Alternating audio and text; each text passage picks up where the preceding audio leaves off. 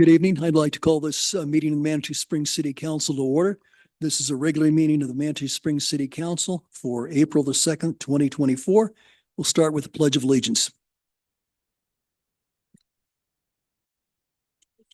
Flag, United States, to the republic for which it stands, one nation, under God, indivisible, with liberty and justice for all.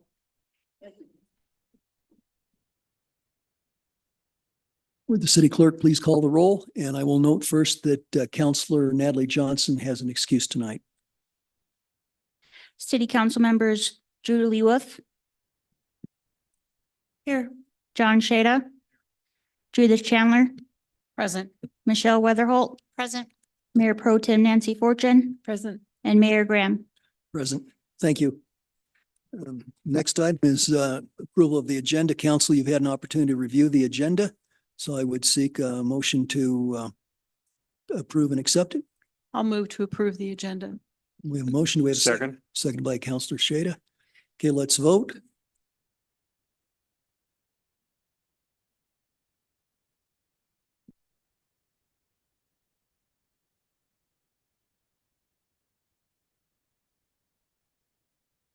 Councilor Wolf. Oh, I'm sorry. It wasn't blinking until a half a second ago. Sorry.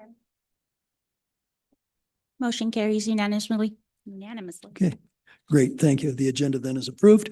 And the next item is public comment on non-agenda items. This is the portion of the meeting when anyone in the audience can speak to any item that we don't have elsewhere on the agenda. You have the opportunity to speak for 3 minutes. We typically don't respond to any comments that are made, but it's certainly an opportunity to speak. Do we have anyone who would like to speak to a non-agenda item tonight? Okay, Elena, did we get any email correspondence or anything? Okay. All right, let's go ahead and move on then. Next item is consent calendar. We have 5 items tonight. First would be the consideration of the March 5th, 2024 regular city council meeting minutes.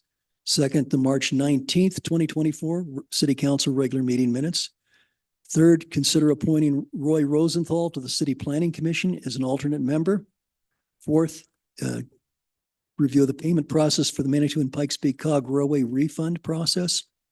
And fifth, consider adopting resolution number 0724, a resolution of the City of Manitou Springs, Colorado, establishing official city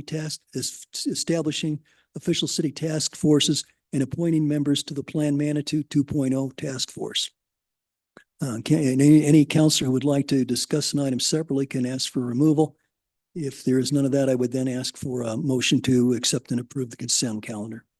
Mr. Mayor, I ask that we remove item F4 and place it as item H2 under business since we have a lengthy set of presentations.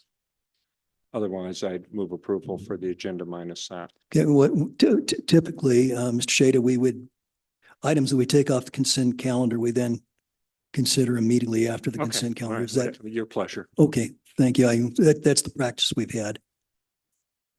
Okay, so we will take item 4 off and consider it separately. Does anyone else want to take anything off for separate consideration? Apparently not. Then, go ahead, Judith. Second, the motion. I don't know that it got a second. He made an Okay, John, would you restate the motion then? I move approval of the consent calendar except for item 4. I'll Okay. second that. Seconded by Councilor Chandler. Okay, let's go ahead and vote.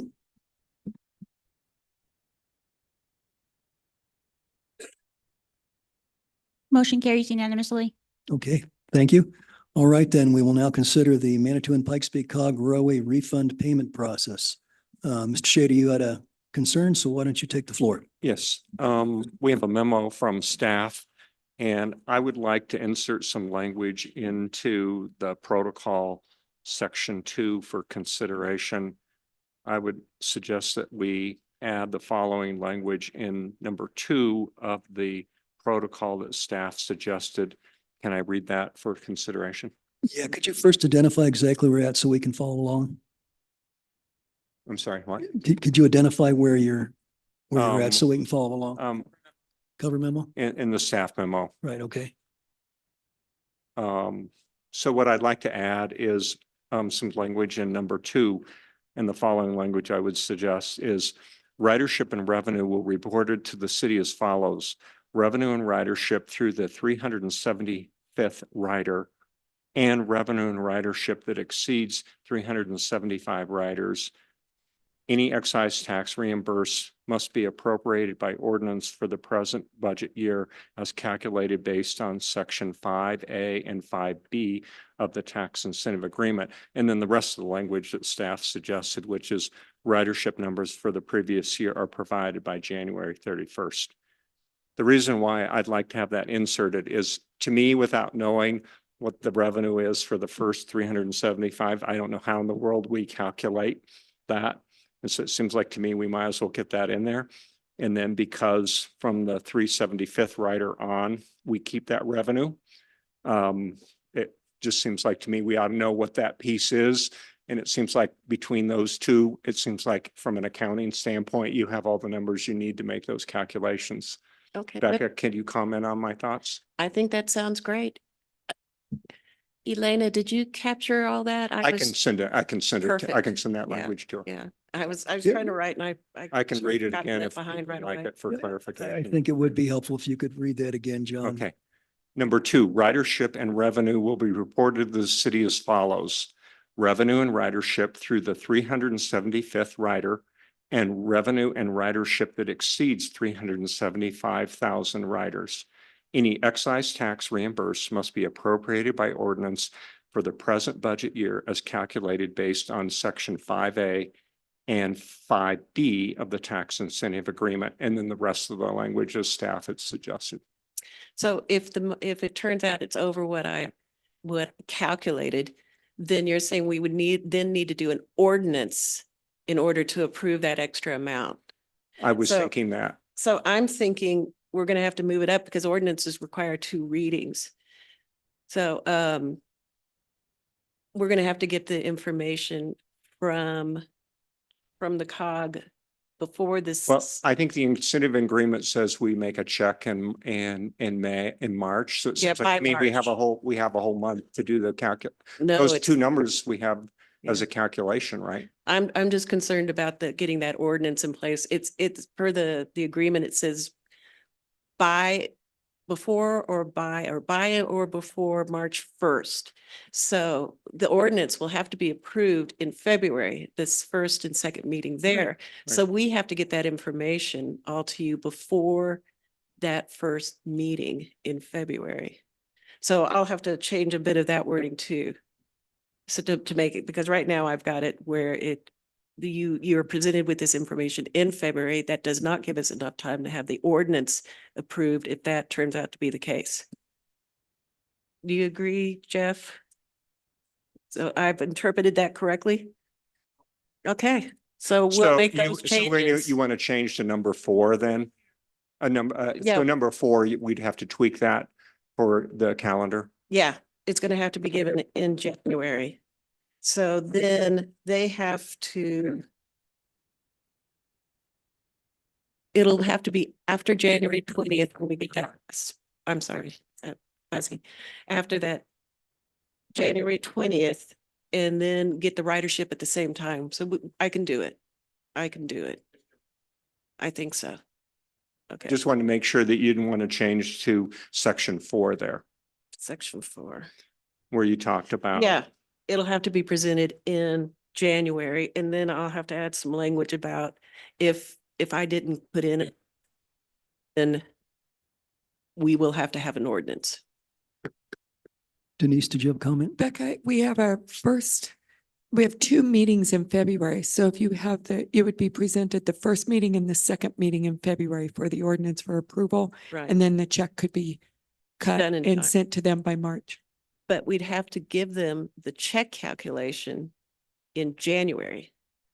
Because they have to have that before they can approve an ordinance. They have to see why, if they want to do an ordinance. Well, they would I- bring that with the ordinance and then they would change the ordinance accordingly. And then the second reading would have the appropriate numbers. Okay, so we could do it that way. We can do it that way. Bring both at the same time, Okay. right? I'm sorry, Mr. Parker, did you have a comment? Did you? Jeff, is your mic on? Sorry. It's not on, sorry. Do we need to do an ordinance? I'm trying to think about whether that's a requirement or not. I mean, could we not just do a resolution? Well, the problem is our budget's always approved by ordinance. no, you're right, Not yeah. resolution. Yeah. There's a definitely an amendment, you're right, yeah. Yeah. And your charter requires that. So, Right. Okay, yeah, Thank Yep. you, though. yeah, I'm trying to think of an easier way. Julie, did you have a comment? Or, Oh, no.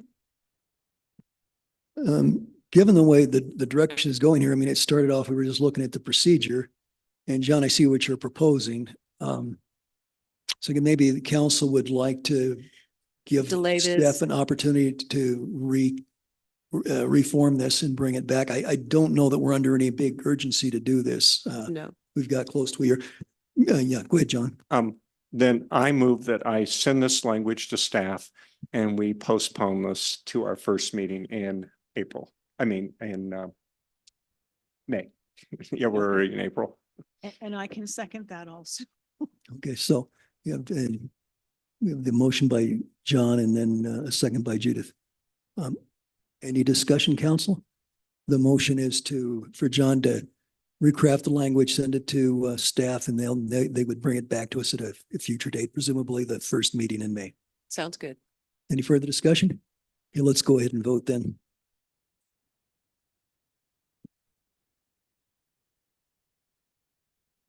Motion carries unanimously.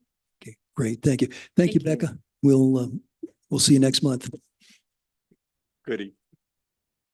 Okay, well, that gets us to presentations. We have, it's springtime. It's sort of like proclamation season. Our first of three proclamations is Proclamation 0124, a proclamation recognizing National Library Week. And I have the privilege of doing that. And I see we have some representative of the Pikes Peak Library District. Would you ladies like to come forward and I'll read the proclamation, and if you'd like to make comments, that'd be dandy.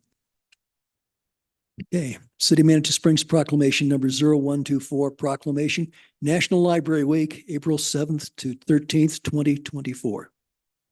Whereas today's libraries are far more about what they can do with and for their communities and not just about what they have on their shelves.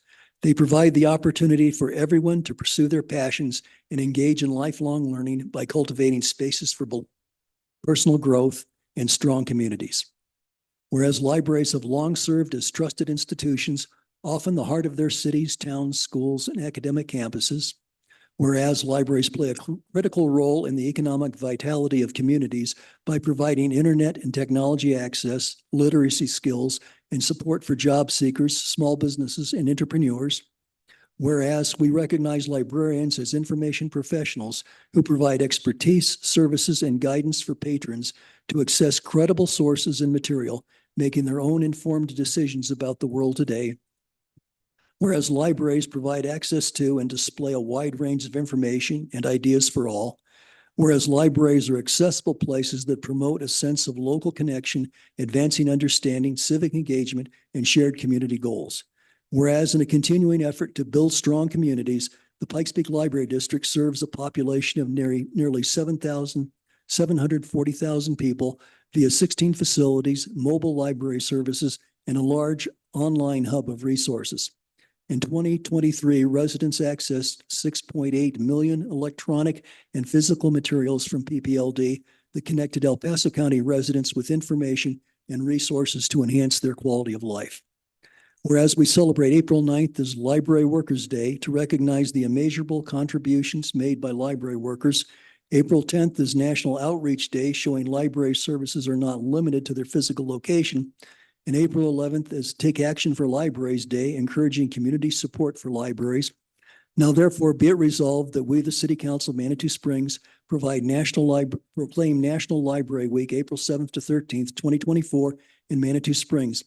During this week, the Pikes Peak Library District invites all citizens to visit their local library and to join them at any of the 8 open houses that will take place the week of April 7th to 13th throughout the library district.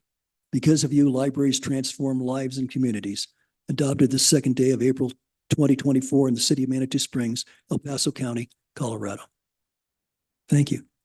And Be happy to have comments. Thank you so much, Mayor, and council members for your wonderful resolution, just recognizing the importance of libraries. We're so grateful at PPLD for your partnership. As a member of the Board of Trustees, I've just been excited to see Manitou's passion for libraries and literacy and all the resources that we work to bring to your community and partner with you in that. So just my thanks on behalf of myself and the Board of Trustees for just this wonderful proclamation recognition of what we do and just the values that you support in resourcing this community. So Great. Thank you very much. And I should have asked you to give your name and address or title before you spoke. Yes, That was I'm my sorry. bad.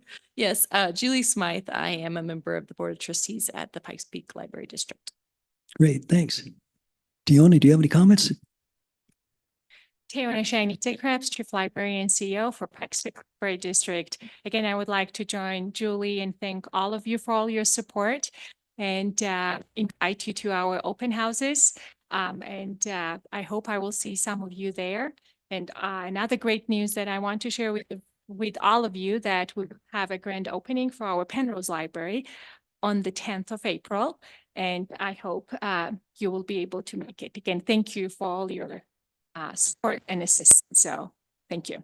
Great, you, and thank you for the great partnership we have. Thank you very much. Okay. And next we have proclamation 0224, a proclamation to recognize April as Child Abuse Prevention Month. Mr. Shada. Proclamation number 0224, proclamation of Child Abuse Prevention Month, April 2024. Whereas finding solutions for child abuse and neglect, a serious problem affecting every segment of our community, requires input and action from everyone because of the well-being of our children today will shape the future of Colorado and our community. And whereas childhood trauma can have long-term psychological, emotional, and physical effects that have lasting consequences for victims of abuse and neglect. And whereas all parents and caregivers need support sometimes, and supporting all children and families early is far less costly to society and individuals than healing from trauma. And whereas community leaders, policymakers, and elected officials play a unique role in building a community for kids by understanding the programs and policies that support children maltreatment prevention, listening to parents' needs, and examining community planning through this lens to build healthy communities. And whereas effective prevention efforts succeed because of partnerships created amongst human service agencies, public health and the district attorney's office, schools, faith and civic organizations, and medical community, law enforcement, and first responder agencies, the business community, nonprofits, concerned citizens, and whereas everyone plays a role in preventing child abuse and neglect, helping to build thriving communities so their families and children may also thrive. Now, herefore, the City Council of Manitou Springs hereby proclaims April as Child Abuse Prevention Month in Manitou Springs. No matter where you live, everyone has the power to contribute towards a brighter tomorrow for all children, adopted this second day of April 2024 in the city of Manitou Springs, El Paso County, Colorado. Thank you, Mr. Shada. And we have several guests here tonight from the El Paso County Department of Human Services. So ladies, if you could introduce yourself, I understand you'd like to make a few comments germane to this issue. Thank you so much. I'm Stacy Quiddick. I'm the Executive Director of the Department of Human Services, and my teammates here. Hi, my name is Katanya Jones and I'm the Director of Children, Youth and Family Services for El Paso County. Hi, I'm Christina Idice. I'm the Public Information Officer for Human Services. Thank you so much for having us here. We really look forward to coming every April just to spend a few minutes with you. As of March 22nd, we've already received 5,483 calls of concern for children and youth in El Paso County. The staff at El Paso County Department of Human Services are focused on working towards safety, permanency, and well-being for children and their families. We could not do this critical work without our community partners, and we appreciate you so much. There are simple ways that anybody can support families. It could be just being a listening ear when a parent is stressed out with their children. It could be offering to babysit for the evening just to give a parent a break. We all have that capability. We encourage that if anyone suspects child abuse or neglect, to call the statewide hotline 1-844-CO for kids. The number is answered 24 hours a day, 7 days a week. We brought a little something with us to share with you. Its pinwheels represent childlike whimsy and lightheartedness, and our vision for a place where all children can grow up happy, healthy, and prepared to succeed in supportive families and communities. Thanks for letting us be here tonight. Thank you very much. We appreciate you coming out and the work you do. And we have a comment from Mayor Pro Tem. Thank you. I was just wondering, you've given us some ideas what we can do as individuals, but do you have anything that we should be doing as a council or as a city to help with this issue? Yes, I think, Sorry, you nervous need to for be it to about 3 scratch. inches. Your mouth needs to be about 3 inches from the microphone, please. I think that And also, we need your name and address or title, Absolutely. please. Katanya Jones, Director of Children, Youth and Family Services for El Paso County. That all of us and you all as the council, it starts here with awareness. And then the next step is keeping the conversation of how we support families constant and alive as community members. And I think that's the biggest piece. It's about the awareness that we all can contribute to supporting families and keeping kids safe. Great. Thank you very much. Any other comments from council? Great. Thank you very much, ladies. We appreciate it. Next item is proclamation 0324, a proclamation regarding April 5th, 2024 as Save Soil Day. And Councilor Chandler has volunteered to read this. Before she does, I would just like to make a quick comment that when I was asked about this proclamation initially, I didn't know what Save Soil was. So I referred it to the head of the Parks and Recreation Board and also our Parks and Rec Director. They hadn't heard of it either, but they read through the materials. They were pretty diligent, and they came back and they said, we really like this idea and it strikes a chord with us. So I thought we'd go ahead and make a proclamation here. Maybe this will tie in with some other Manitou things we do. Councilor Chandler? Thank you, Mayor. Before I read this, I just wanted to acknowledge Manitou Springs resident Jeff Evans in the house tonight. He's our local advocate for saving soils, but also the environment as well. And with that, I'll read proclamation 0324, Save Soil Day, April 5th, 2024. Whereas Save Soil is a global movement launched by Indian environmental leader and author Sadhguru that is uniting world leaders, visionaries, and citizens of all nations behind a common purpose to restore and safeguard the world's soil. And whereas Save Soil aims to address the global erosion and soil crisis, recognizing that 52% of the world's agricultural soils are degraded, and by 2050, 90% of the Earth's soil could be degraded. And whereas addressing soil degradation issues would bring solutions for the loss of biodiversity, nutritional deficiencies, food security, water scarcity, climate change, and mass migration. And whereas the proposed solution is to advocate for policies across all nations towards soil restoration and aim to increase organic matter in agricultural soil to a minimum of 3 to 6%. And whereas in an effort to raise awareness and activate support from leaders and citizens alike, Sadhguru has undertaken a 30,000-kilometer journey across 27 nations since March 21st, 2022. Now therefore, the City Council of Manitou Springs does hereby proclaim April 5th, 2024 as Save Soil Day in Manitou Springs, as soil is vital to all life, and we urge all citizens to promote soil restoration. We further urge all citizens to participate in creating bright futures for our children and the future of our planet. Adopted this second day of April 2024 in the city of Manitou Springs, El Paso County, Colorado. Thank you very much, Judith.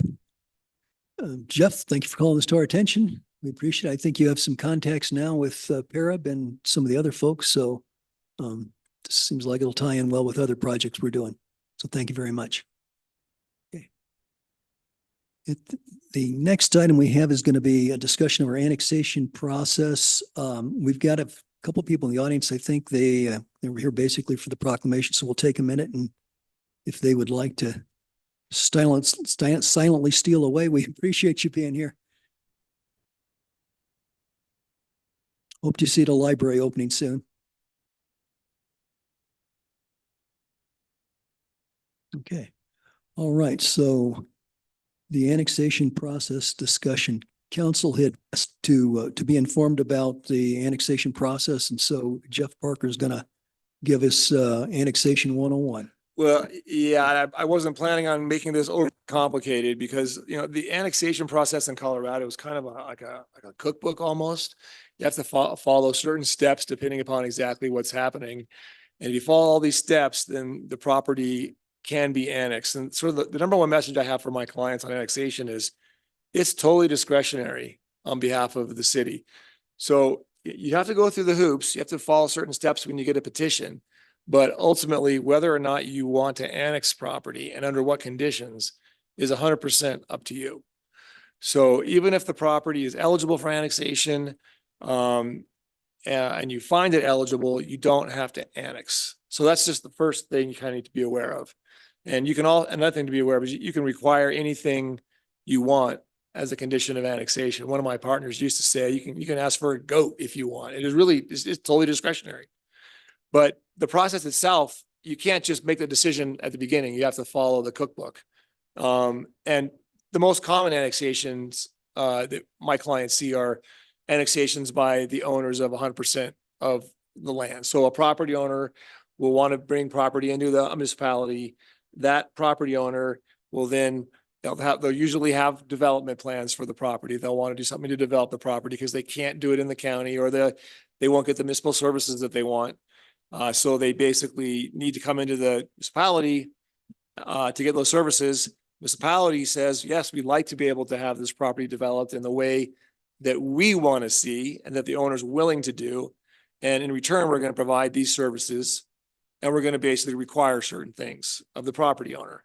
So it's very, very unusual for a property owner to say, I want to annex a property in. The municipality says, no problem, no conditions, come on in.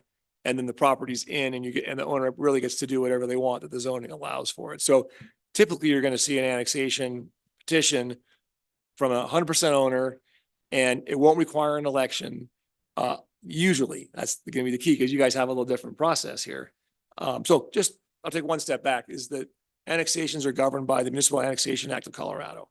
And so it's a statutory process, but you also have a separate section in your code. It's not a charter provision, it's a code provision. That basically requires, even when it's not required by state law, which is not that often, it requires that you take all annexation decisions to the electors for a vote. And that's a little unusual, and it's got a few exceptions. One exception is that it's completely surrounded by the municipality boundaries for a period of 3 years or longer. No votes required for that. That's kind of your typical enclave annexation. It's called an enclave annexation. And under the statutes, you could do that without landowner consent even. So you can actually force that to annex if it's surrounded by the municipality. I don't know if you even have something like that here, but we could talk about it. But your code accepts that from the code election requirement.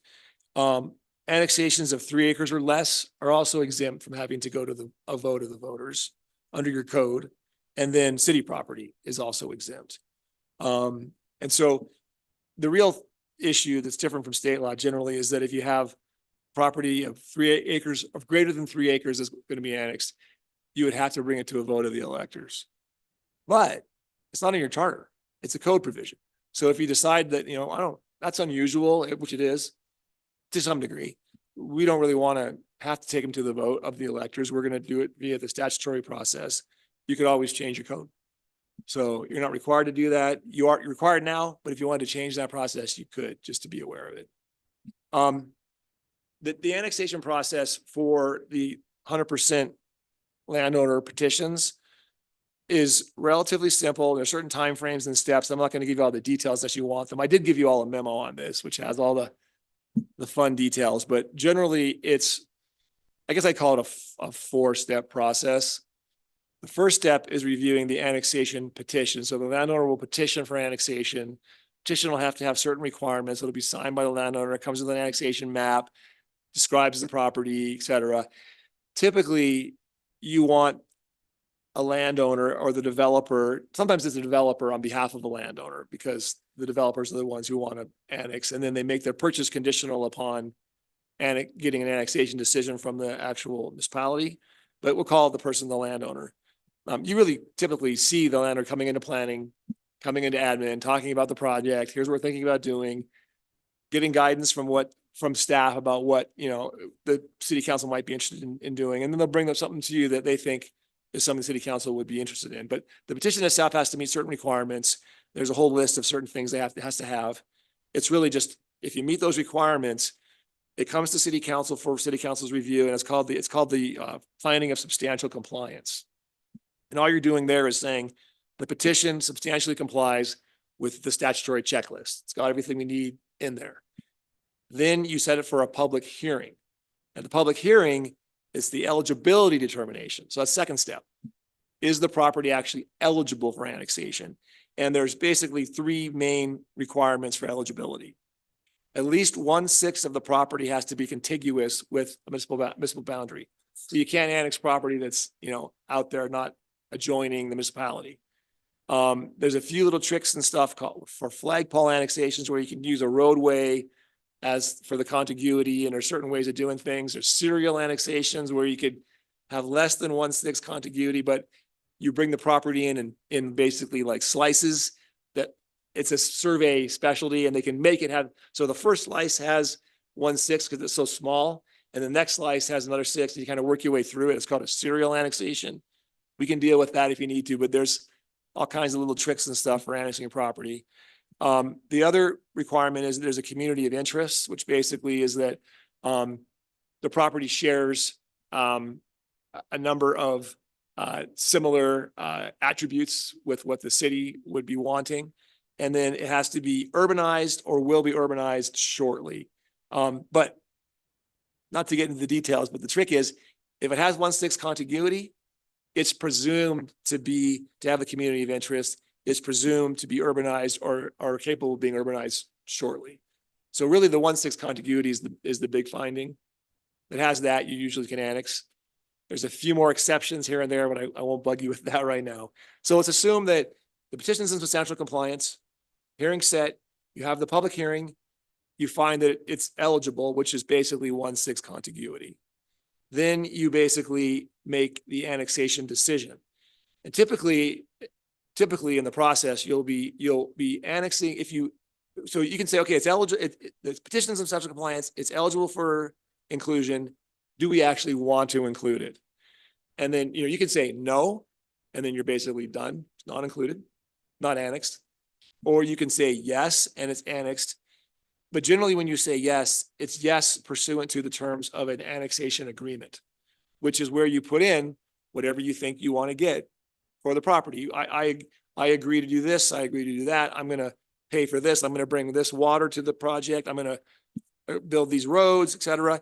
And like I said, you can ask for anything you want. So assuming the property was already in the city and they wanted to develop it, it's a quasi-judicial decision in most cases. You have to apply the standards. You can only require what your code allows you to require. You can't just say, I want this or I want extra. Yeah, right. But if it's an annexation agreement and it's a condition of annexation, you can require whatever you think is appropriate for the city. You can generally get more. And then the developer will have some conditions too. Usually what they say is,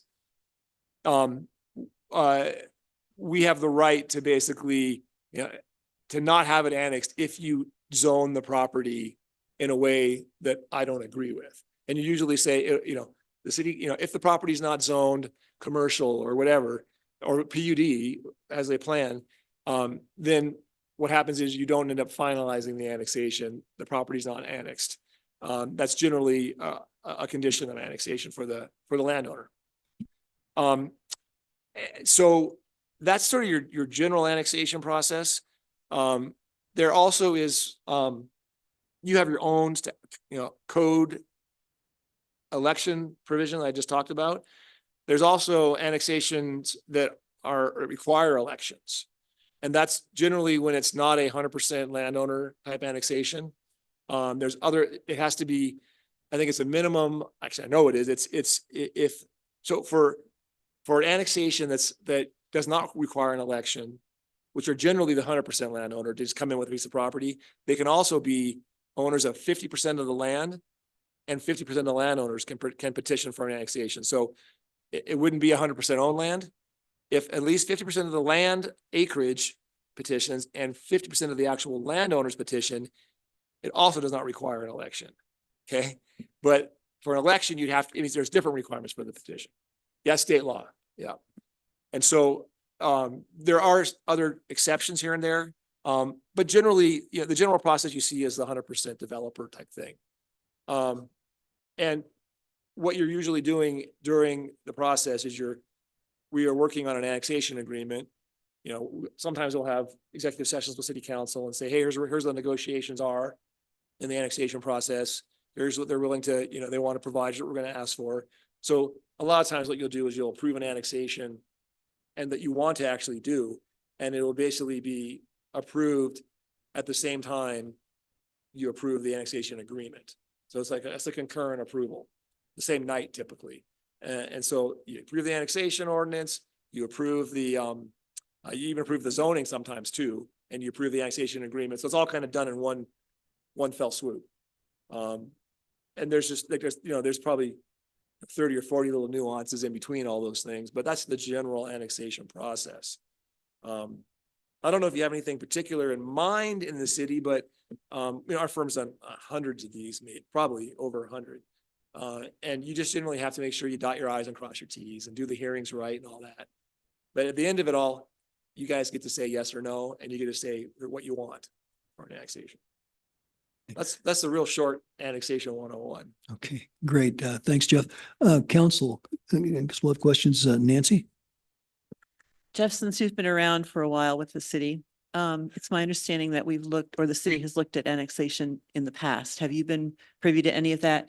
And I'm also under the impression that there's some reports that were generated and perhaps part of this process has already been accomplished and the city decided not to do it. That is my understanding of, from some folks who have apparently worked on this. I honestly don't recall that. And it's possible that it went, kind of went in one or out the other because it never happened. But I don't particularly recall anything coming across my desk for a serious annexation decision that I was asked to look at. It may have been talked about or may have been before my time. I started here in 2008, I think.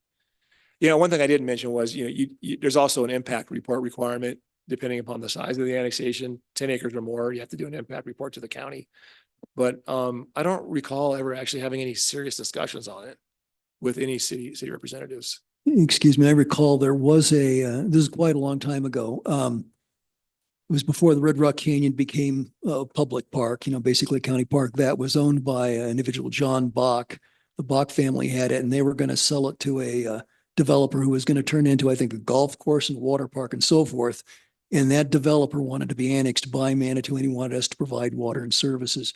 But that was well before your time. Yeah, that And definitely so didn't long work on time that. Yeah. That's the one thing that I can think of, Nancy. So, Yeah. Well, yeah, and I've also under the impression that Colorado Springs has done some actions that potentially would lock us out of certain annexations. So anyway, just something to look into. Yeah, I guess, that we can I look would be into. curious what we they've should be done to aware of. lock you out of it, other than annexing the property themselves. my law firm several years ago, before my time even at the law firm, was involved in a lawsuit where there were two competing municipalities. They both wanted to annex, and I think the ruling was generally that the first in time got the option. You couldn't come in later and do it. But I'm not sure what Springs would have done other than have already annexed. But maybe they have some pre-annexation agreements perhaps with property owners. That's probably what it is. Yeah. This was a topic that was requested by council members during, I think it was one of our work sessions, maybe one of our all-day sessions. So I think there's probably a number of questions. I'd invite council to ask those questions now. Anything come to mind or? Oh, sorry, Nancy. Just another comment, because I was the one who initially put this on the list as an opportunity or potential opportunity. I did that based on the fact that I was looking at ways to support economic development for Manitou, and not necessarily that annexation was the best way to support economic. We had a number of things I think that could have supported economic development, and we didn't prioritize those. And I don't know where we might want, if we wanted to pursue economic development as a priority in the future. I think we'd have to look at all the possibilities, not just annexation as a priority. So I just wanted to throw that out as what was in my mind when I put it on the list to begin with. Okay, thank you. That's helpful.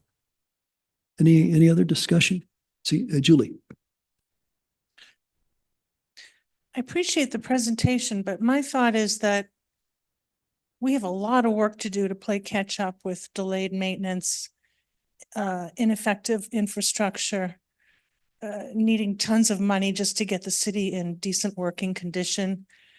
My sense is I'd rather finish the job we're trying to do before we take on a whole nother nightmare of property that is, dilapidated and in need of all this infrastructure. I think we need to finish up and take care of our own business before we spread ourselves too thin financially. And I also think it's imperative that we keep the city ordinance that requires our residents to vote on this, because if we did an annexation, it would have such a huge impact on the city and on our budget and on our liabilities, that I would like all of the citizens to be able to, the voters to be able to weigh in on that, and not just leave it to random 7 people on council. So I like our city ordinance as is. Thank you. That's good. Any other comments? I guess not. Great. Thanks, Jeff. Absolutely. We're qualified, having taken 101 annexation. Yeah, that's the quickest 101 class you're ever going to get. So. Okay, great. Okay, well, let's go ahead and move on then. Next would be our first item of business, H1, consideration of the memorandum of understanding between the city of Manitou Springs and the Manitou Springs Urban Renewal Authority. And Jeff, I think maybe you want to start us off on this? I'd be happy to do that. I did give you a memo on this as well, I think, sort of summarizing the terms of the agreement. And so, my understanding of what City Council was looking for was a process for how the city would basically decide whether or not to provide sales tax revenue for use with urban renewal projects. My understanding wasn't that you wanted to change the rights or obligations of the parties or how things worked. Right now, you have a urban renewal plan that basically says that the Urban Renewal Authority will provide the city with a financing plan. And then based on that financing plan, the city council has the discretion whether or not to approve or really allocate city sales tax from the urban renewal area to the Urban Renewal Authority to use for urban renewal tax undertakings. And so I think for quite a long time, there was never any sort of formalization as to what exactly is a financing plan and how does that work and how do we approve these things or not and how do we approve city sales tax. So just jump back 1 second. You basically, urban renewal authorities have primarily 2 sources of funds that they use for projects. One of them is what's called property tax incremental financing, which is basically simply the increase in value in the urban renewal area that basically is caused by urban renewal projects increases property values in the urban renewal area.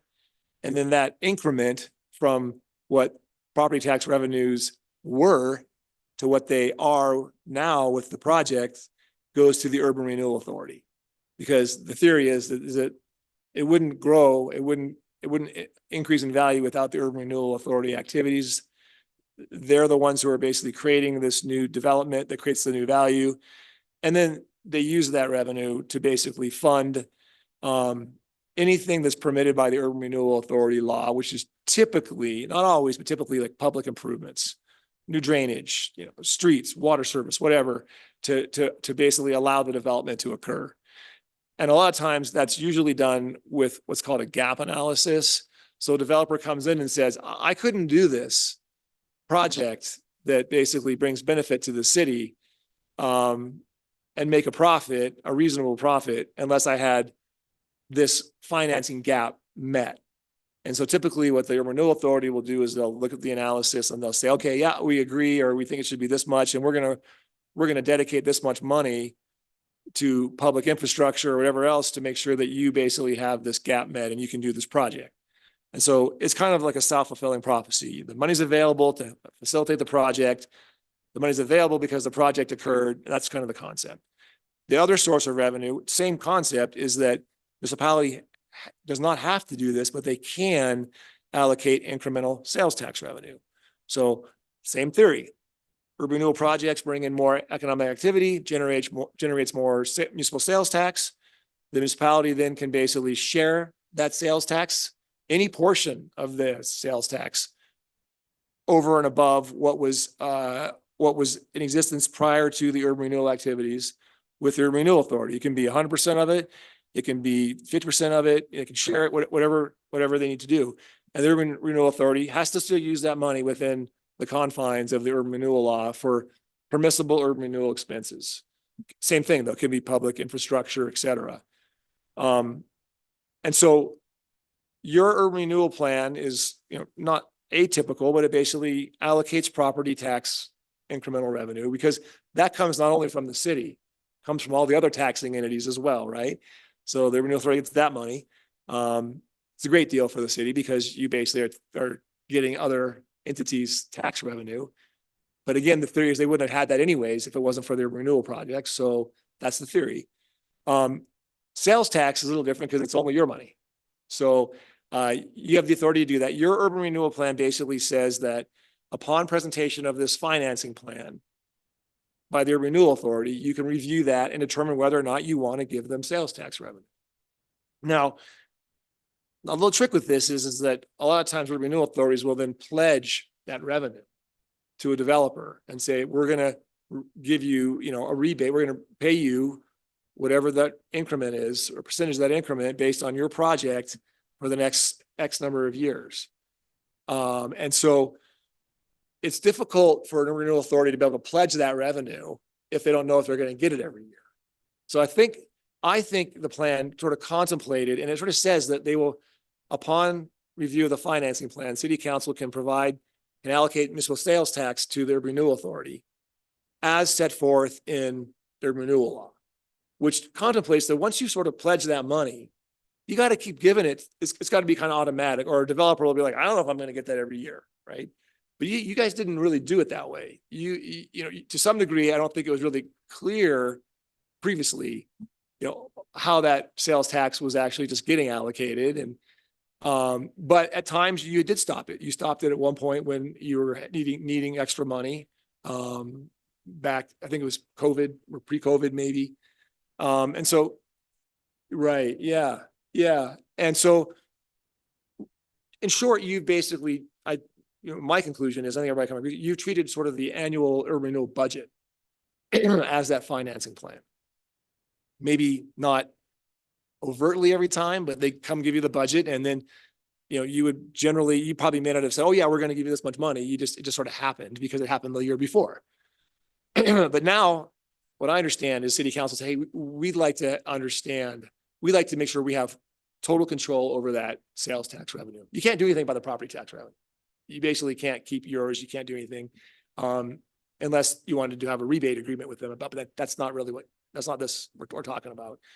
I thought you said you wanted to basically make sure that you got to see what the Urban Renewal Authority was proposing to do with that sales tax revenue, basically every year or whenever. It could be, but it's going to be every year, at least under this agreement, although it's only lasting for 2 budget cycles, at least the way it's written. So it's only for 2 budget cycles, and it can renew every year after that.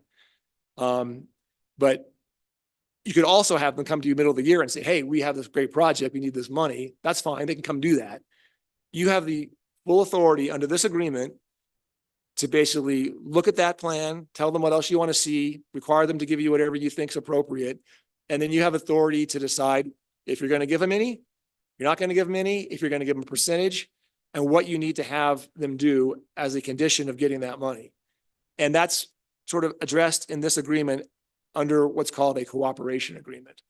So if they come to you with their budget and a financing plan and they say, hey, we're going to do this project, we need this much sales tax revenue. You say, that sounds good to us, we'll give you this much. Then subject to a cooperation agreement. And then we put that in the cooperation agreement, the details about how that's going to work and how long it will last.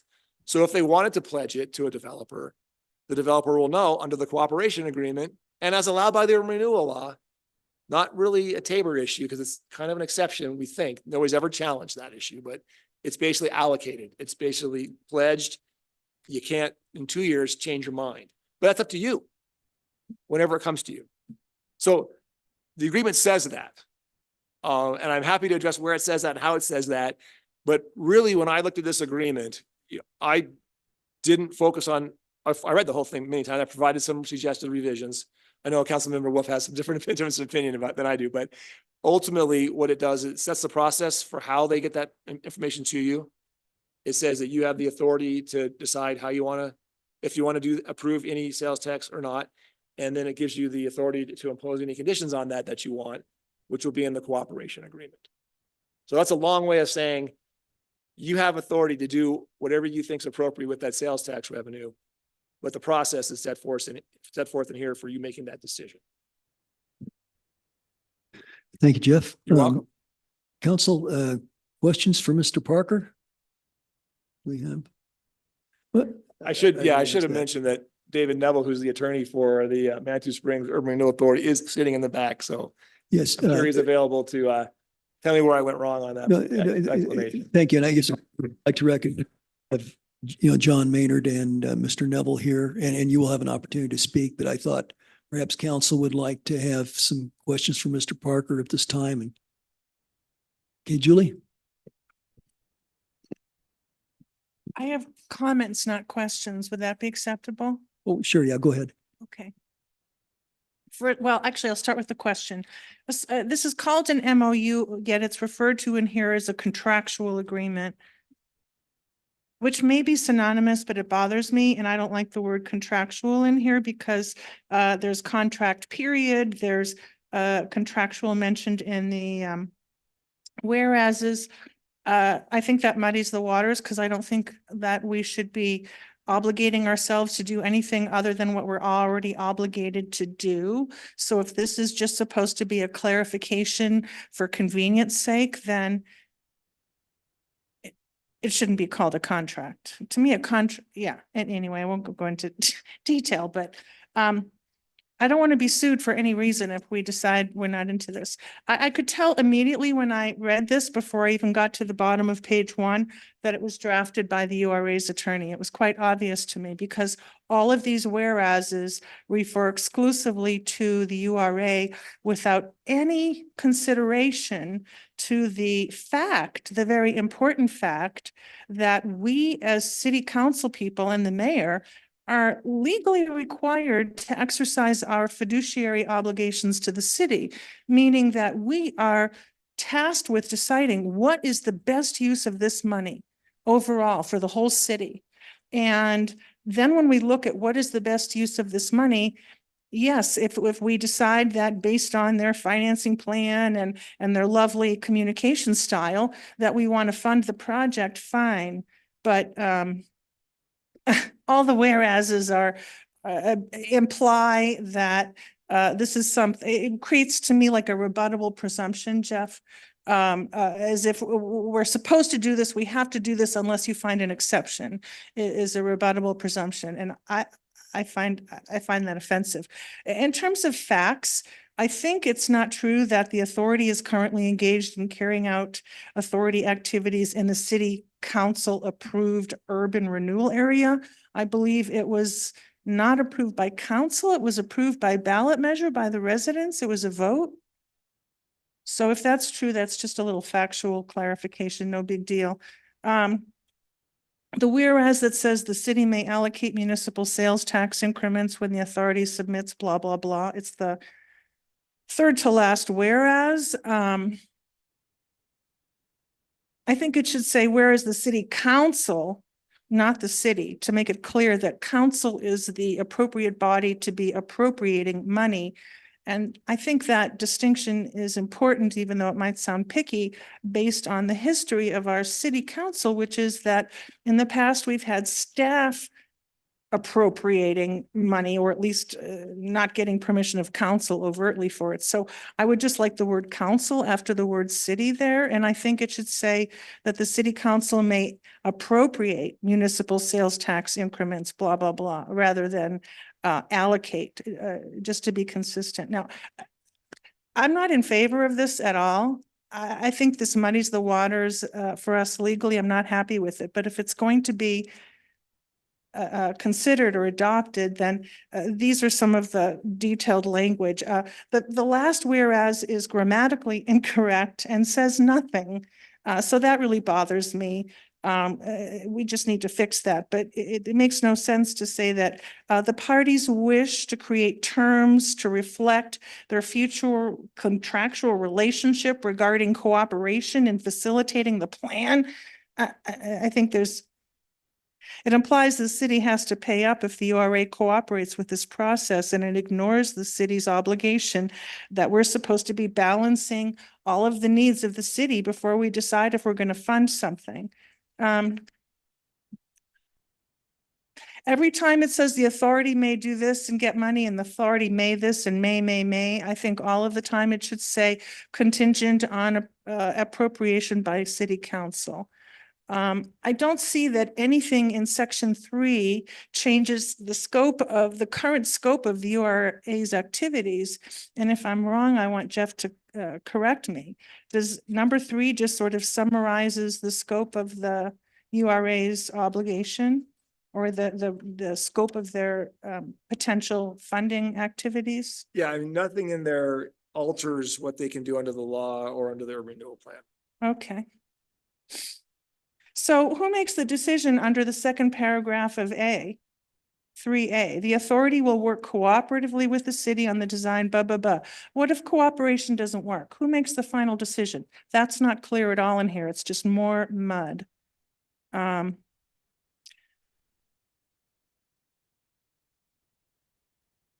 Julie, if you've got any other concerns, and then I'd like to give Jeff an Yeah, opportunity. I'll stop.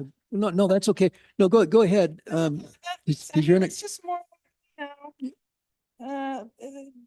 paragraph 5 makes it sound like city council should have no input.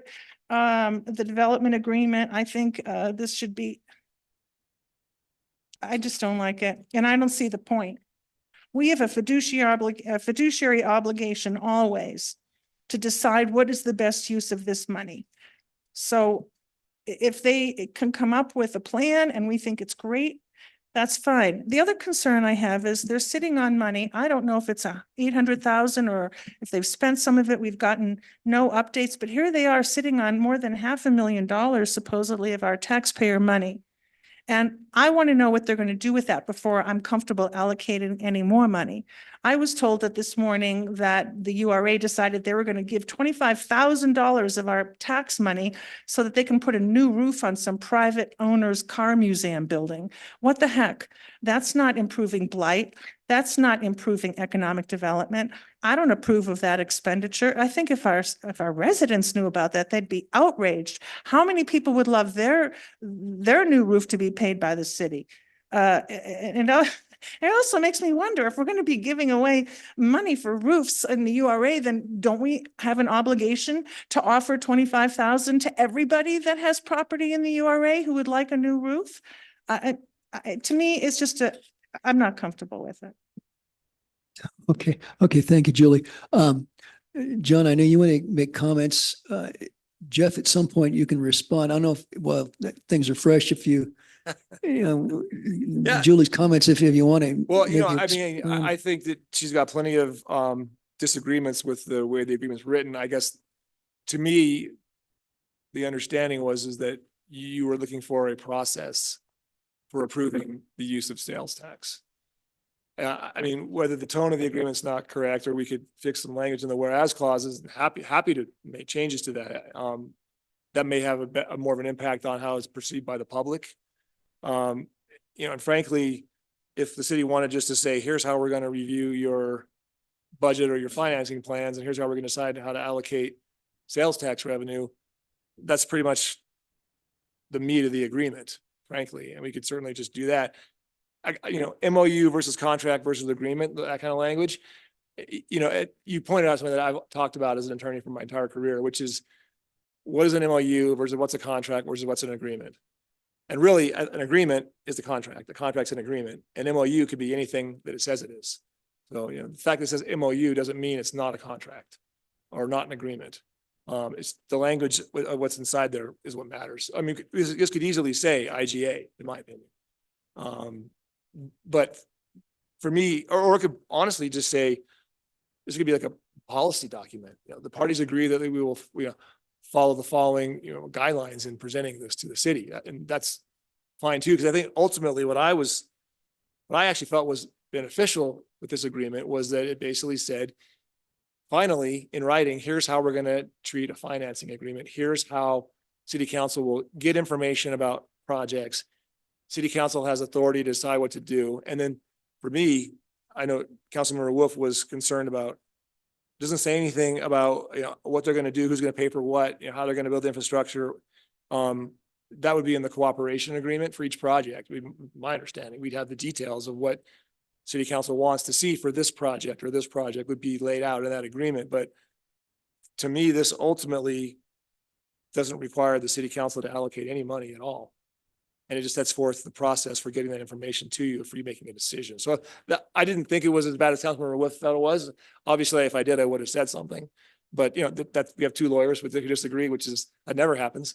So I'm happy to make revisions and adjust things. But I think that the thing that I think is beneficial is that it addresses something that has never really been put in writing before. How do we decide how to allocate municipal sales tax? Okay, thank you, Jeff. Just a second, I want to see, did anyone over here wanted to, I didn't see any hands. Okay, John, you go ahead. Well, I guess I beg to differ. I think this is a very poorly written document. I don't think it clarifies anything. And I guess I'd like to read into the record because it's very simple and clear in terms of how we're supposed to operate. And it's right out of the plan. The urban renewal plan contemplates a primary method of financing this project to use the municipal sales and property tax increments as authorized by the act.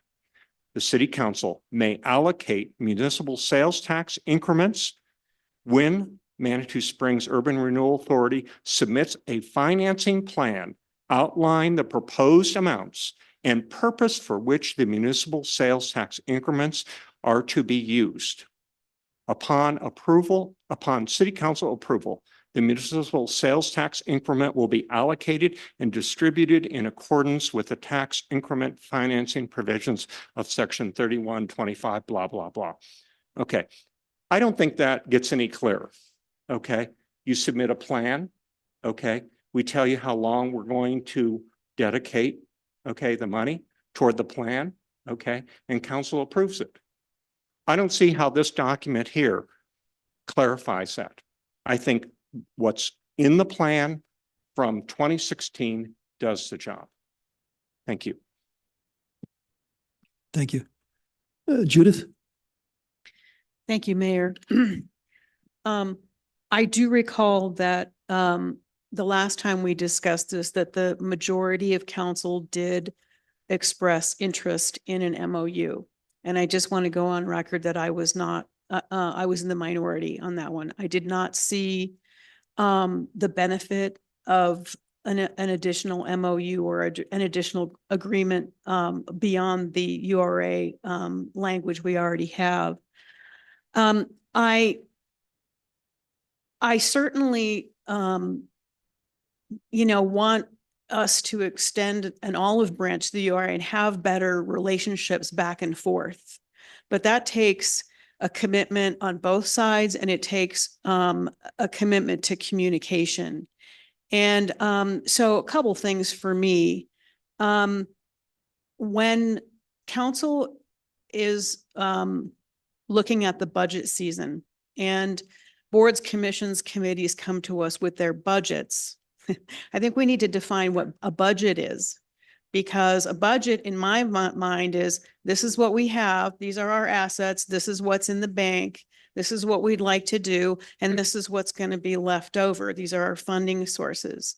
And to me, with our relationship with the URA, it's been difficult for me as a council person. I don't have time to listen, to always zoom in and listen to all these meetings to find out what it is they do have on hand.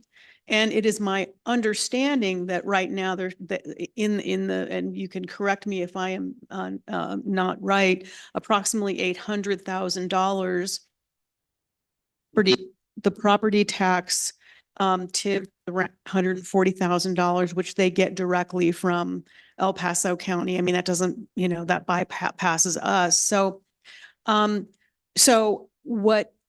before I would approve anything in addition to what we have, I want to see us work together on a better relationship. When I hear, and I did hear today about $25,000 for a roof, those things do concern me, and council should have regular updates from the URA on any project. For example, I just heard that Paragon is thinking about putting up affordable housing. Well, I have a manila envelope as of this 22nd of February, when I looked on LoopNet, that the Paragon still had the property for sale or lease. So those are things that I think are imperative conversations. And so there's a breakdown in communication. There's been a breach of trust because of the way that the development of the LaFun, the sale of the LaFun went through. And I think that's the important thing. That's the bridge we have to cross, and the what we have to mend is that relationship. And it's built on trust on both the council and the URA being open, honest, above board with us. And I don't see any reason why we need an additional MOU when, if the URA has something great come along and they come to council and say, we have this plan and this is what we need, and then the council could approve or not approve it. We don't need this additional MOU. We can already do that. So I don't think this MOU has any teeth. The teeth it does have, I think, it's a little too soft and a little too vague for me. So I wouldn't tonight be interested in moving forward with it. But I do really want to move forward with some relationship rehabilitation with the URA. I think it's essential, and I think it's time to do that. Okay, thank you. I guess perhaps this would be a good time to offer the URA representatives an opportunity to speak. Mr. Maynard, Mr. Neville. Nancy, you want to make a comment? Nancy is, I think, as everyone knows, is the city council liaison to the URA. Yeah, in terms of communication, to me, this was an attempt by the URA to improve communication with council. I, just like the COG agreement, laying out or a process, I had no problem with the agreement that we had with the COG and the way that the staff was doing the funding. To me, that was sufficient. But, I thought, great, the process that Becca presented tonight, that clarified some things for folks so that it wouldn't happen in the future. And I see this as the same.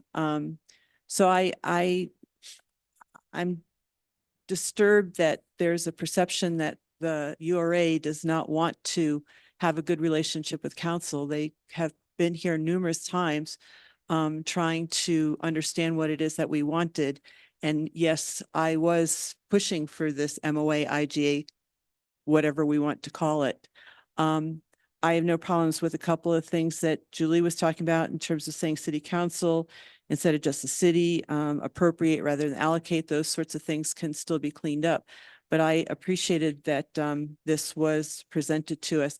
And I would like to not go backtrack, and I would like to look to the future instead of continually looking to the past, and build on what we have here, looking to the future. Thank you. Okay, thank you, Nancy. And with that, we'll open the floor to our URA representatives. If you'd, we need your names and addresses, gentlemen, and either of you, whoever wants to go first, it's fine. Well, John Maynard, I live at 1320 Indian Oaks Place, Manitou Springs. I'm the vice chair of the Manitou Springs Urban Renewal Authority Board. I'll just tell you why I think we got here tonight, and that we've had past discussions about how we should be working together. There was discussion last fall that the MOU or IGA should be created. We took the initiative to draft the initial language. David Neville did that along with our executive director, and passed that on to staff, and staff sent it to Mr. Parker, who added his comments. And that's how we got to where we are tonight.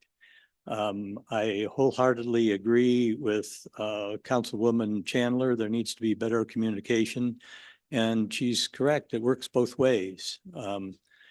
We've discussed at our last two board meetings, my issue in particular is how we could cooperatively work with the Dillon Motel project, because there's a streetscape where we've created a design theme that should be carried on, at least in my opinion, with both street lighting and sidewalk. There's a landscaping opportunity. We've talked with the city forester about a tree planting program perhaps there, which we would fund. And but we haven't seen any plans. We don't know from your standpoint what your intent is for that property.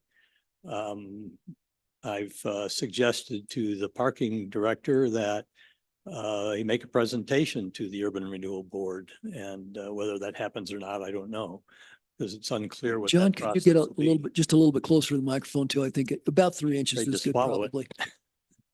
So yes, communication, the whole idea here is that there's a better communication.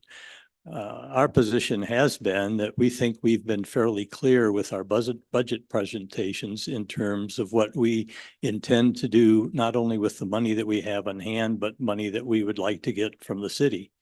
And so far, we haven't had any feedback on our budget, so we would appreciate that. We don't get it at the hearing. Last two hearings I've attended, we haven't had any questions.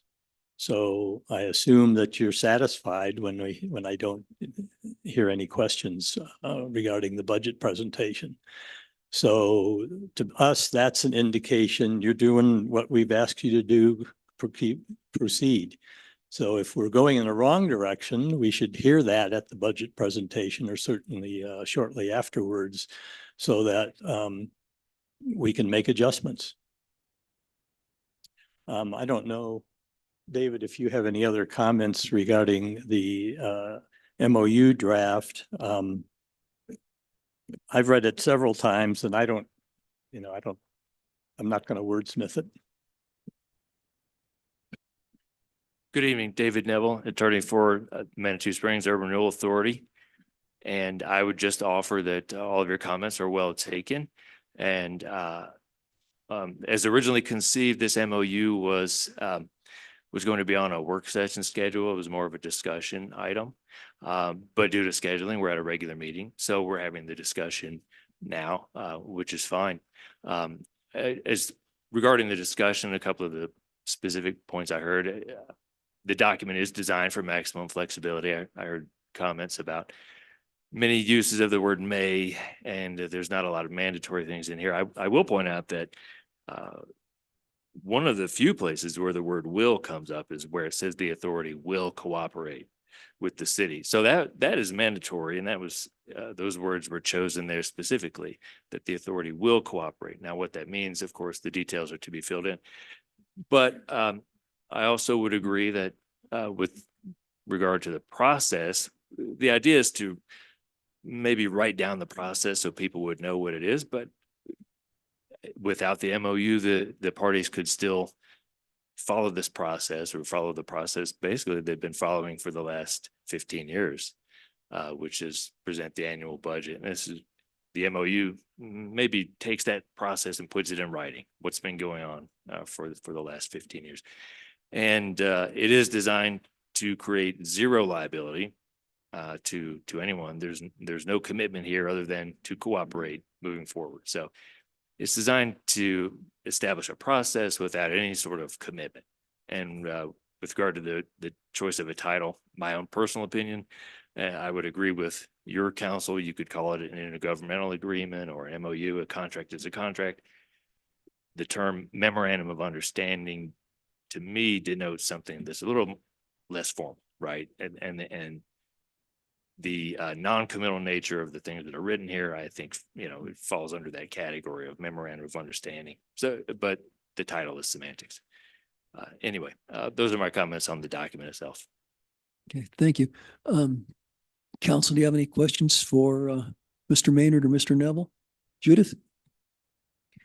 Thank you. I really appreciated your comments, Mr. Maynard. I just hope that you didn't misconstrue what I said. Our relationship does work two ways, and the communication does need to be improved on both ends. And you brought up some really good examples on how I think council can work with the URA when we have the information to provide to you that on projects that are in the Urban Renewal Authority District, and I appreciate that. So I just wanted to make sure that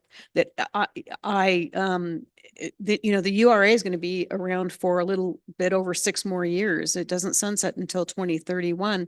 And so it's incumbent upon us to work together, right? So what I would, and I appreciate your attorney mentioning that this would have been a really good work session item. So I'm certainly willing to keep an open mind if we can tighten up the language and we can make those recommendations. I'm not a lawyer, but I appreciated the input of the 3 lawyers we have in the house tonight. I certainly would be willing to take another look at it. And I also appreciate and have made notes about during budget season, I'm going to be asking some questions too, and we're going to have a better conversation. So I wouldn't approve it in its current form, but I'm going to keep an open mind that if we can come back with a tighter version, I would certainly consider it. Thank you, Judith. Other comments from council? Denise, you have a comment?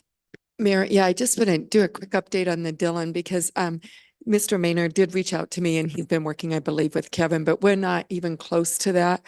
Of course, there's the demolition that has to take place. We have to do a storm drainage report, so we can't even be looking at designs at this point. So that's why we haven't been involved yet.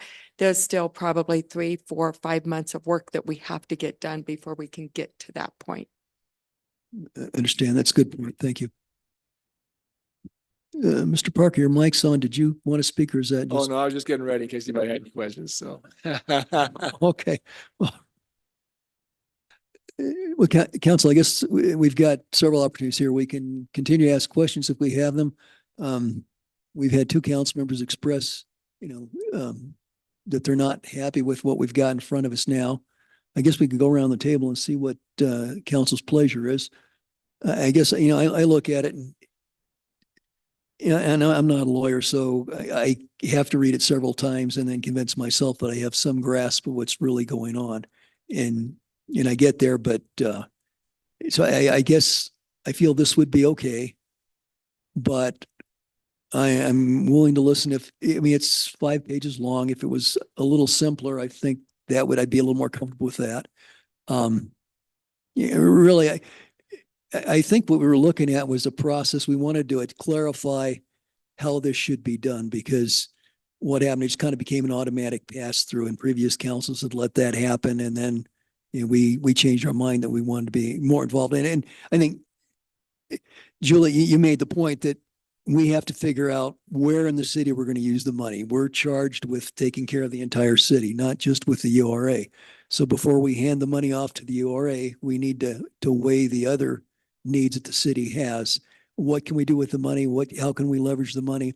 Does the URA have a project that's worthwhile that we want to support? So I think it makes absolute sense that city council essentially controls every dime of the sales tax that goes to the URA. And if the URA has a good plan, a plan that's good for Manitou, I think council, would have that option to support it. If we have other things that we need to take to, other urgencies elsewhere in the city, then we should use the money for that. And I think in my mind, the purpose of this MOU is to clarify that process, to just set expectations on both sides. So we essentially know what the rules are. How do we play fair? That's my thought. Tell you, well, let's go around the room, and I guess what I'm looking for here, so we can get some direction tonight, is who's happy with it the way it is? Who'd like to talk about it and wordsmith it some more? And if there's an option behind door number 3, I mean, let's hear that too. Michelle, what are your thoughts? I would like to talk about it more. Judith? I appreciate the comments of Counselor Wolf and would like those incorporated into hopefully a work session where we can work on this some more. So I'd be supportive of a work session, bringing this back. Thank you. Okay, thank you. Nancy? I'm fine with it as it is, but I can live with working on it or, coming back with it as well. Okay, thank you. John? I certainly can have a work session on it. Thank you. Okay, thank you. Julie? I don't mind having a work session, and your comment, Mayor, about maybe if it were shorter, it bothers me because it's redundant and maybe giving the URA even more than what the current agreement says. But if it were simpler and shorter and cleaner, then, no big deal. So I'm fine. I just hate to waste a lot of legal fees on this because I just think it's unnecessary. I also feel like, and this is kind of a red herring or a side note, not specifically pertaining to this MOU, but I don't see how we as a council are supposed to feel confident about the URA's decision-making, spending money when they don't bother to consult us or ask our opinion or whatever. And then they go ahead and buy land for other people. I mean, I know Nancy think it's legitimate. I don't see any return happening soon. Or now, paying for somebody's roof. That really irritates me to no end. But in any event, I'm happy to spend time in a work session going through something much more watered down. Okay, thank you. And I guess I could live with something simpler too. I think obviously the weight of council's thinking is that we'd like to talk this over a little more and simplify it. The problem with having it at a work session is we don't have Mr. Parker here. And this is something where we really do need legal impact. Denise, I don't know if that's what you're going to say. Yeah. So hence that's why, Mr. Neville, your comment is right. Something like this, normally we would hash out in a more informal discussion at a work session, but it's important for us to have you attorneys here. So you can appreciate that. Counsel, okay, so we have the 2 lawyers here, represent. Well, I'm sorry. Yeah, no, Julie, no, I'm sorry. I didn't mean to say that, but I'm wondering, how far would it, how much work is it to try to come up with something simpler? Do you guys? Well, I guess I'm wondering, ultimately, it seems to me like if city council does want to have an MOU, we don't need whereas clauses, right? We don't need boilerplate. The guts of the agreement are, annual financing plan is going to be this. We're going to bring it to city council annually, or we'll bring other projects to city council periodically. City council will review it and decide whether or not to allocate what portion of sales tax. That's the guts of it, right? We could have the cooperation language and we'll follow the law and all that.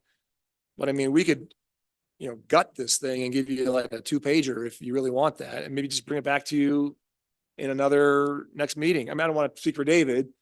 I like to have a little boilerplate here and there and stuff, but ultimately that's the guts of the agreement. I think you're saying you could just take a red pen and probably about 15 minutes, you could I'm strip this thinking it's down. based upon what I think I hear city council being so concerned about, frankly, is, the whereas clauses don't read really the way that we want, maybe, and there's a lot of stuff in here that we don't think we need because it's kind of already in the urban renewal law, it's already in the plan. And, maybe we say, whereas city council, would like to establish a process for, city council reviewing the plans and allocating sales tax, and the process shall be boom, boom, boom, boom. I don't know, David, you tell me. I don't want to speak to Mr. you. Neville, could you speak to this? Certainly, I would agree with your counsel that the whereas clauses could be stricken. I mean, it's intended to be background information that provides helpful context. Obviously, in this case, the context is not helpful. So it's giving the wrong impression. So if we're happy with striking them, then that gives us 3/4 of a page right there, right? To simplify. And I would agree with Jeff that we can really just simplify the process. Again, it's not intended to be committal in this document. It's to describe a future process that becomes committal, if the council so decides. Yeah, Right. frankly, David, when we're sitting here, I sort of just say, oh, section 2, this is what the annual financing plan will be. Here's how we provide it. There's like a last paragraph in section 3 sort of talks about city council can decide in the budget process and can also decide in other times as appropriate. Section 4 is we'll put the details of what we agree into a cooperation agreement. And I think, the rest of it is stuff that we don't have to put in there if we're just dealing with this issue. So we could basically take section 2, part of section 3 and section 4. Here's the process we're going to follow moving forward. And maybe make it real simple and avoid all the concerns I'm hearing, but up to you all, sorry. Oh, okay. Yeah, thank you. John, did you have a comment? Yeah, I think the other thing that I'd like to see is, and the URA's board members have asked for this. To my knowledge, it's never been done. Okay, it's been an ongoing ask, which is what are the liabilities of the URA? What are your outstanding obligations? That's not been disclosed in any way, in any writing, in any agenda. And in fact, this is the 3rd month in which your own packet, okay, has really no substantial financial disclosures as to what's going on. And so to me, these are things that from my standpoint, in terms of a working relationship, I need to know. I need to know what are your obligations back to the Holiday Inn? What payments have you guys already made? Okay. And I think the other thing that's sort of kind of the elephant in the room here is that because, to be perfectly honest, we did just blindly go down this path of trusting the URA to basically show us basically a spreadsheet of what is in their bank account. Okay. And some rather general categories of what money could be spent and things. All right. Then essentially we had the LaFond deal that kind of went down. Okay. No public process. Okay. No communication with council. And in fact, I think when we signaled, okay, to the URA that we wanted to have some discussion, the URA just went ahead and just put the pedal to the metal and went ahead and did the deal. Okay. So I think the other thing that's happening here is there's $800,000 of taxpayers' money that's sitting in the URA's account. The URA seems to just think that they can just spend that pretty much any way they want. Okay. It's just discretionary money. I listened today to the hearing on the request for $25,000 for a roof. Okay. I think there's a lot of people in this town that would like a new roof or would like partial help with a roof. There was no documentation that that roof was going to accelerate the ability for that property to do something other than being a warehouse, okay, for somebody's property management company, okay? Had that been the kind of discussion where that building was going to now be a real contributor from the standpoint of sales tax and property tax and do something other than just being a parking lot and a property management enterprise, okay? But this guy got a roof with very little discussion about why. Because apparently you had done it in the past. So these are some of the things that are issues with me. There's $800,000 that's sitting there, okay? I'm sorry, I made a mistake in years earlier that we allowed all that money to just flow without holding to the plan, which was, what are you guys doing with this money other than just sitting on it and drawing interest? Thank you. Okay, thank you. Seems like the sentiment here is, the general thought is to send this back to the attorneys and see if we can come up with a simpler process, or a more an easier to understand process. As I look at this, I guess what's in front of us, I think would be okay. I also tend to think that we don't need it at all. Maybe I think, Julie, you made a comment earlier that what we have is probably sufficient in many respects. I think legally, I think the effort here, the thought behind the MOU was to establish basically the rules of the process. Who would suggest what, when would city council consider, and for what purposes, releasing sales tax money to the URA. That was my thought. Let's go around. I mean, I guess we've pretty well come up with the idea that we want something simpler if we want anything. And it also feels to me like we're kicking the can down the road a little bit. Julie, Interject before we please go leave the ahead. Table. I just wanted to ask URA's attorney and Jeff, am I correct in assuming that if there were a sentence in this revised MOU that says nothing in this MOU is intended to change anything in our existing agreement, or whatever you call it, URA ordinance? I guess it's not an agreement, it's an ordinance. Would that be correct, that nothing in here is intended to change what we already have? I would agree with Jeff that is saying statement. it's not correct. The attorney says you do agree. So you don't agree. Your attorney agrees. No, with no, you we then. both agree. No, I know. No. It was Jim who was like, oh, no, no, no. It's John, and I think there is one Oh, John, thing sorry. that is new in this memorandum of understanding draft that is not in place now, and that is the paragraph that describes the cooperation agreement.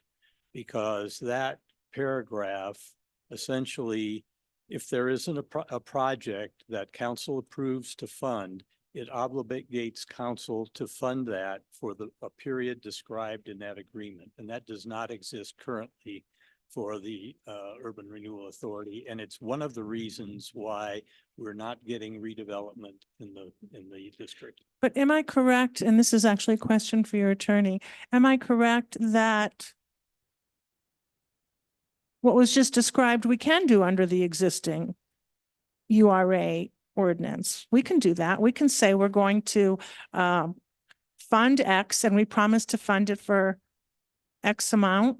Well, I don't know in the future if the council is able to do that, though. What if there's a future council? Are we able to bind future councils? Yeah, the urban renewal law specifically contemplates that you can allocate the TIF revenue for an extended period of time. Yeah, so that concept doesn't apply. So we already have that. So what was just described by John, we already have that authority to do that under the URA. Yeah, I think that the difference was it's not in the plan, urban renewal plan that we're referring to. It's not specifically called out. It certainly allows for it. So Okay. that makes me a difference.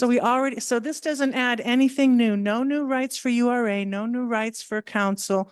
It's just reiterating what we already have. That's what I'm hearing, for the benefit of those of us to clarify things so that we don't have to read, this long legal contract. And that's fine to have like a little, like a little dumbed down summary sheet in the front. But I think that should say, we should have a sentence in here that says this agreement is intended to clarify, but not in any way modify the existing URA ordinance. That would be my suggestion. I guess I would respond to that. I think the little summary that Mr. Parker provided to council, that I found that helpful as a layman in understanding the 5 pages here. So I guess that gave me a certain measure of comfort, and I think understanding of what this this other document is. So I feel better about the document. It does seem that it's worded, and this is what maybe the public would see. It's a little complicated. It's again, when you try to make things specific and legal and you try to cover all the fine points, it becomes cumbersome to people who are not attorneys or are familiar with that. Yeah, I just wrote in a memo to myself for when we start working on this, is that something like this MOU is intended to clarify how the parties will cooperate to carry out the provisions of the urban renewal plan. Nothing in this MOU is intended to modify the rights and obligations set forth in the existing urban renewal plan. Something kind of like that. Yeah. Okay. All right. So maybe we're heading in a constructive direction here. Okay. Let's go around the table again. I mean, okay. So Michelle, you wanted to bring this back and revisit it. Still do? I'm fine with the attorneys working it out and not bringing Okay. it back. All right. So Judith, do you want to hand it back to the attorneys or? I thank you, Mayor. I want to give you a short answer, but I really feel that, I have to ask myself, what is this MOU addressing? And does it change anything in the current agreement? And does it address the elephants in the room? And while, a council member said, we don't want to revisit the past performance and past behavior is why we're sitting here today. And so we want to make sure that every single cent we spend, we can look at our residents and say, we know where that money went. It was well spent. You can count on us. You can trust us. And so there is some fence mending that needs to happen. If we're even going to entertain fixing this MOU, I appreciate how we discussed the COG check, because we had an issue that came up. We had a memorandum. It said, this is how we're going to handle it. 1, 2, 3, 4, 5. Some amendments were made, very clear language. I think it can be that. Think it can be that direct and simple and straightforward. And then in the future, I still think that a session with the URA and council would be really beneficial for us to work on some of those issues that I think that we can hopefully really easily clean up moving forward and have a really great working relationship, it would be my goal. Thank you. Nancy again. Yeah, I remain strongly supportive of the MOU, IGA, whatever we end up calling it. And I don't want to see us substantially watered down. I don't care if the whereases come out. I don't think that they're necessary, but there's a lot of meat, I think, in many of the other paragraphs. So I think wherever we can clarify the processes, as has been done in paragraphs 2, 3, 4 and onward, I think that's important. I see the URA board as working with what they have been told and given. They're valuable. I find them to be a very valuable resource to the city. They have been, as Mr. Maynard said, they have been operating with the information that they have been given. And as Mr. Shada said, I think that if council wants to take more responsibility or in terms of communicating, that would be great. But basically, I want the MOU. It's got to go back to the URA as well. I mean, we just can't make this as a unilateral MOA. They just don't work that way. So that's my position. Okay. Thank you, Nancy. John? Sorry. No more comments. Okay. So you send it back to the lawyers, I think is the sense. And Julie? Okay. So, well, in an effort to make your lives more complicated, Mr. Parker, Mr. Neville, if you could hash out something that's a little simpler. Hopefully this conversation was useful in guiding that process. No, absolutely. I think from my perspective, I have a better understanding of what city council wants to see than before. So we can take care of that, I think. Okay. Thank you, Mr. Neville. Does that? Yes, that works for us. Okay, great. Thanks. Well, gentlemen, thank you for being here. We'll get this squared away.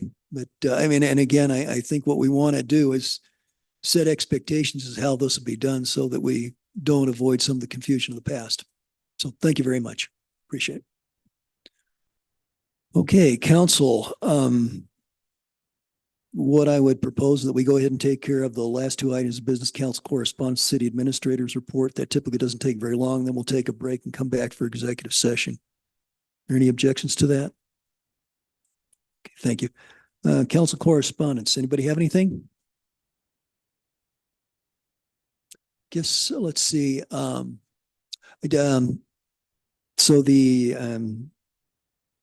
I'm sorry, the city employee appreciation lunch is going to be the 12th. That's a week from Friday. It'll be, weather permitting, it'll be outside in Mansions Park from 11:30 to 1. Natalie has committed to help. I'll be here. I've got a couple of volunteers from Kiwanis. If any other council members can make it and would like to help out, that'd be great. If you, okay, that'd be great. We'd probably get started about, 10:30 or so, doing preparation. And then there'll be some cleanup after 1. But I think it'll be a neat opportunity to basically express our appreciation to the city employees. I don't know that a city council has ever done that. Done a lunch like that. So I think that'd be kind of neat. If the weather's bad, we'll be in here. And well, I'll touch base with you as we work out the details, but I think it's going to be a good day. Let's see. Thank you. Oh, I'm sorry, Nancy. Yeah, sorry. 2 or 3 weeks ago, I got a call from the developer for Cheyenne Village. And he is very dismayed at the progress or lack thereof. 2 of the partners have pulled out. So I'm not sure what the future of that development will look like. And I just wanted to let you know that it's up in the air right now, even after we have approved it. So makes me sad. No, it's thank you. That's a concern. Anybody else have anything? Judith?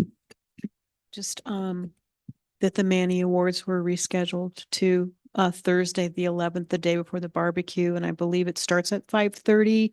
Awards at 6:30. So just wanted to plug the Manny Awards.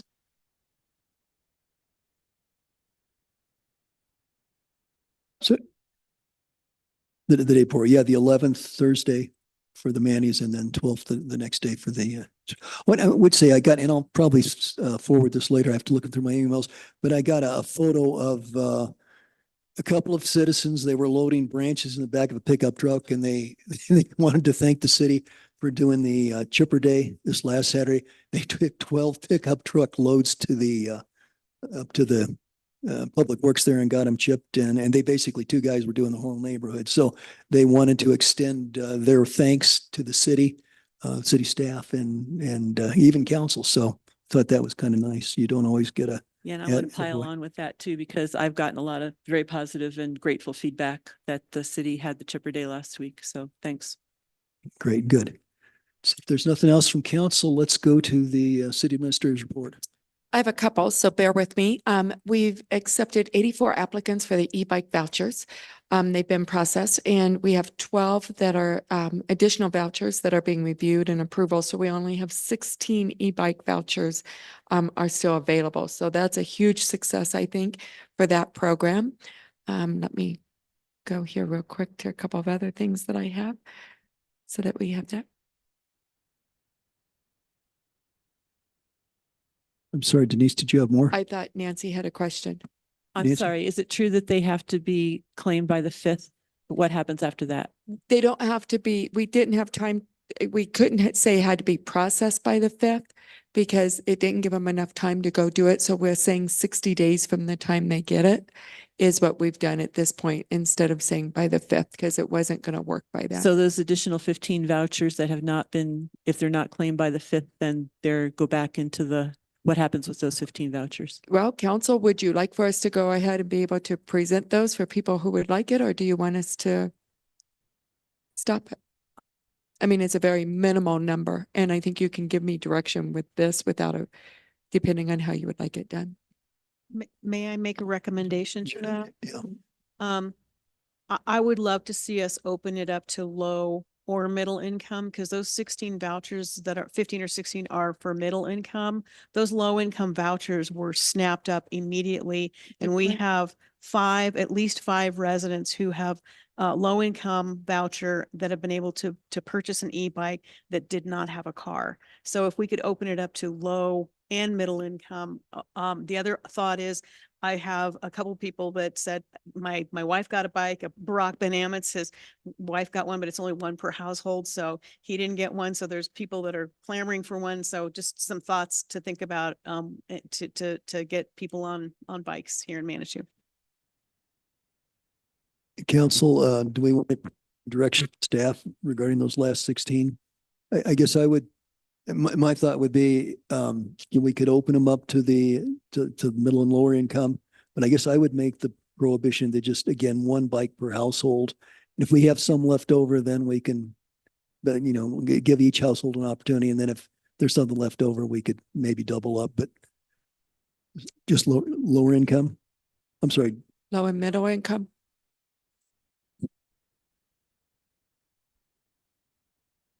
Just lower.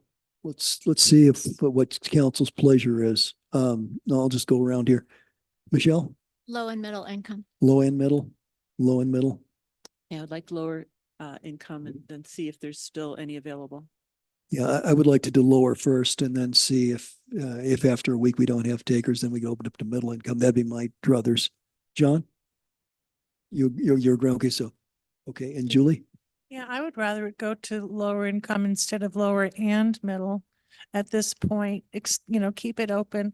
And I also like your idea, Mayor, of let's just keep to one bicycle per household for now. And then we can revisit the issue if we still have some vouchers available. I think that would be a good rule as well. Okay, so we had 4 council people who said low income. Low income. And I think the intent here is just one per household. And then if we have things left over, we'll come back and revisit it. Perfect. Okay. What do Okay. And then I wanted to give an update on the chipper dates. It's a great story. We did have 75 vehicles that came through, which was a lot. I don't know if you were up there, but there was a lot of chipping happening. So, and a special thanks to Matthew Nelson, who was leading the effort and made that happen. So, and all the staff that worked. So I just wanted to provide that update.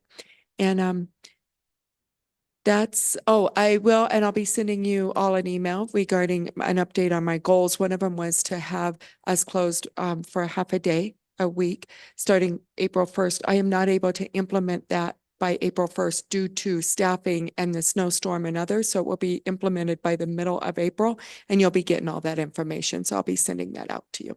Thank you. Thank you.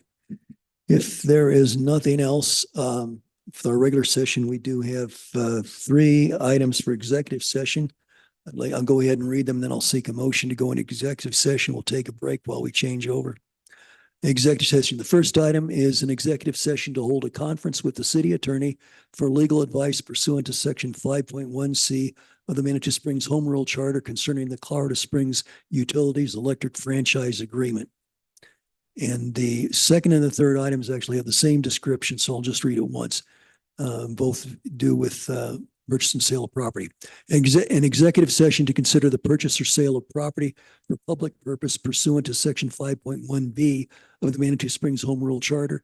Additional details concerning the specific property under consideration or other details cannot be disclosed without jeopardizing the purpose of this executive session.